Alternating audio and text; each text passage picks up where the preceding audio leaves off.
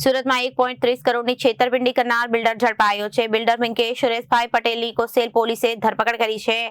આરોપીએ ગેલેક્સી ઇન્ફ્રાક્રોન પેઢીમાં રોકાણ કરાવી તેના બદલામાં ફ્લેટ આપવાનું વચન આપી છેતરપિંડી કરી હતી. ફરિયાદીને જે ફ્લેટ નંબર આપવાનું નક્કી કર્યું હતું ત્યાં અપાયું નહીં અને છેતરપિંડી કરવામાં આવી હતી. સુરતમાં 1.30 કરોડની છેતરપિંડી કરનાર બિલ્ડર ઝડપાયો છે. બિલ્ડર પિંકેશ સુરેશભાઈ પટેલની કોસેલ પોલીસે ધરપકડ કરી છે. આરોપીએ ગેલેક્સી ઇન્ફ્રાક્રોન પેઢીમાં રોકાણ કરાવી તેના બદલામાં ફ્લેટ આપવાનું વચન આપી છેતરપિંડી કરી હતી. ફરિયાદીને જે ફ્લેટની આપવાનું નક્કી કર્યું હતું તે ફ્લેટ આરોપીઓ અન્ય વ્યક્તિઓને વેચી દીધો હતો. જહાંગીરપુરાના ગેલેક્સી બંગલોઝમાં મકાન આપવાના બહાને પણ આરોપીએ ₹30 લાખ પડાવ્યા હતા. આરોપી વિરુદ્ધ અગાઉ પણ પાલ પોલીસ સ્ટેશનમાં ₹3.22 કરોડની છેતરપિંડીનો ગુનો નોંધાયેલ છે. સુરત શહેર પોલીસ કમિશનર ગેહલોત સાહેબના માર્ગદર્શન અને joint commissioner police crime branch Raghavendra Vats સાહેબની સૂચનાથી ઇકોનોમિક ઓફેન્સીસ વિંગ અલગ અલગ ઇકોનોમિક્સ જે ઓફેન્સીસ છે એની તપાસ કરી રહી છે.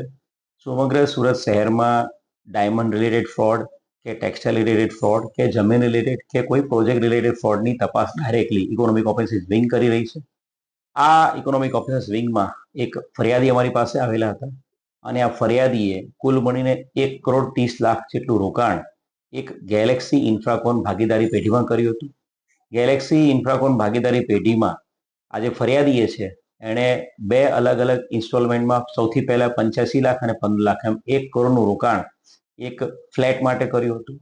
અને ફ્લેટનો દસ્તાવેજ આજે આરોપીઓ છે જે ગેલેક્સી ઇન્ફ્રાકોન ભાગીદારી પેઢીના જે મુખ્ય વ્યક્તિ પ્રિયાંક પટેલ, એની સાથે કિશોર પટેલ, પ્રતિક પટેલ, હર્ષલ પટેલ, નૈમિલ દડાવાલા, હિતેશ ઠાકોર પટેલ અને જેનો મુખ્ય જે આ આખી ભાગીદારી પેઢીનો મેઇન કરતા હતા પિંકેશ સુરેશભાઈ પટેલ, આ તમામ ભાગીદારી પેઢીના લોકોએ ₹1 કરોડ ફરિયાદી પાસે લઈ લીધા હતા અને ફ્લેટનો વેચાણ દસ્તાવેજ અન્ય કોઈને કરી આપેલો હતો.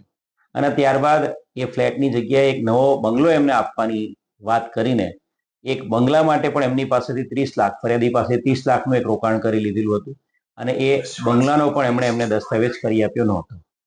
કુલ મળીને ₹1.30 કરોડ જેટલા ફરિયાદીએ આ ગેલેક્સી ઇન્ફ્રાકોન ભાગીદારી પેઢી જે મુખ્ય આરોપી પિંકેશ પટેલ એના સહભાગીદારોની પાસે ગુમાવ્યા હતા. અને બનાવની ગંભીરતાને ધ્યાને રાખીને સમગ્ર તપાસના અંતે ઇકોનોમિક ઓફેન્સીસ વિંગમાં એક ગુનો દાખલ કરવામાં આવ્યો છે અને ગુનાના અનુસંધાને જે મુખ્ય આરોપી છે પિંકેશ સુરેશ પટેલ એની ધરપકડ કરવામાં આવી છે. આરોપી હાલ રિમાન્ડ ઉપર છે. અન્ય આરોપીની હાલ શોધખોળ અને તપાસ તજવીજ ચાલુ છે. આરોપી પિંકેશ પટેલ છે એનો ગુનાહિત ઇતિહાસ પણ છે. આ જ પ્રકારની એક 3 કરોડથી વધુ અમાઉન્ટની ફોર્જરીનો, છેતરપિંડીનો અને ફોર્જરીનો ગુનો એની વિરુદ્ધમાં અડાજણ પોલીસ સ્ટેશનમાં પણ દાખલ થયેલો છે અને ઇકોનોમિક ઓફેન્સીસ વિંગમાં પણ આ જ આરોપી પિંકેશ પટેલ વિરુદ્ધમાં અન્ય 2 થી વધુ અરજીઓની તપાસો ચાલુ છે. મીડિયાના માધ્યમથી હું સમગ્ર સુરત શહેરની જનતાને નમ્ર અપીલ કરીશ કે આ પ્રકારના જે આરોપી છે પિંકેશ પટેલ કે અન્ય આવા કોઈ પણ વ્યક્તિઓ જે આપને ભાગીદારી પેઢીમાં કે કોઈ પણ જગ્યાએ ઇન્વેસ્ટમેન્ટ કરવા માટે આપને લાલચ આપે છે તો બધું જ સમજી વિચારીને આપનો ડાયરેક્ટ કોન્ટેક્ટ હોય, એના રિવ્યૂ હોય, એના ફીડબેક હોય એ બધું વિચાર્યા બાદ જ રોકાણ કરવું. ઘણા બધા એવા ઇન્વેસ્ટમેન્ટના ફર્મ્સ રેગ્યુલર બેઝિસ પર સુરત શહેરમાં આવતા હોય છે જે એક દિવસ માટે 2 કે 3 કલાકની મીટિંગ મોટી 5 સ્ટાર હોટલમાં રાખે છે અને પછી લોકો પાસેથી ઇન્વેસ્ટમેન્ટની લોભામણી લાલચો આપીને એમનું બધું જ ઇન્વેસ્ટમેન્ટ લઈને અહીંથી સુરતથી ફરાર થઈ જાય છે. તો લોકોને નમ્ર અપીલ છે કે આવા પ્રકારના જે ફ્રોડસ્ટર્સ છે, આ બધાના જે ચીટર્સ છે એવા લોકોથી લોકો દૂર રહે. Thank you. Bureau report, Janadesh news.